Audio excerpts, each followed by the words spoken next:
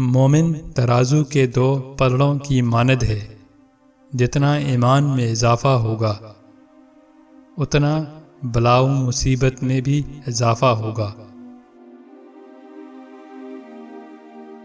جس طرح زراعت نرم زمین میں ہوتی ہے نہ کہ سخت، اسی طرح سے علم و حکمت متواضع انسان کے دل میں پروان چڑھاتے ہیں، نہ کہ متکبر اور جبار کے۔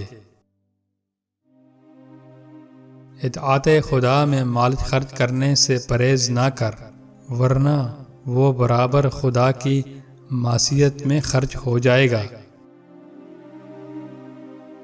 جو شخص ہر روز اپنے نفس کا محاسبہ نہ کرے وہ ہم میں سے نہیں۔ چھوٹے اور معمولی گناہ ابلیس کے مکاربوں میں سے ہیں۔ جس طرح تم اپنی ظاہری چیزوں میں خدا سے شرم کرتے ہو، اسی طرح اپنی پوشیدہ چیزوں میں خدا سے شرم کرو۔ نافرمان اور گستاخ اولاد کو مارو پیٹو نہیں، البتہ کچھ عرصے کے لیے ان سے بات چیت کرنا چھوڑ دو، مگر خفقی کو بھی زیادہ تول نہ دینا۔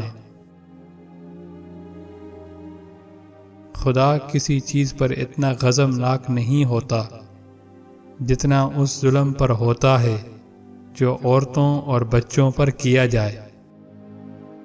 اچھی شکل و صورت ظاہری خوبصورتی ہے اور اچھی فکر باطن کی خوبصورتی ہے۔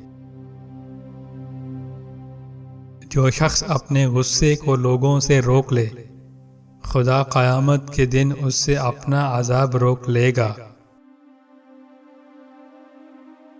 ماش کی دال کھانے سے جسم میں پڑنے والے سفید داغ ختم ہو جاتے ہیں۔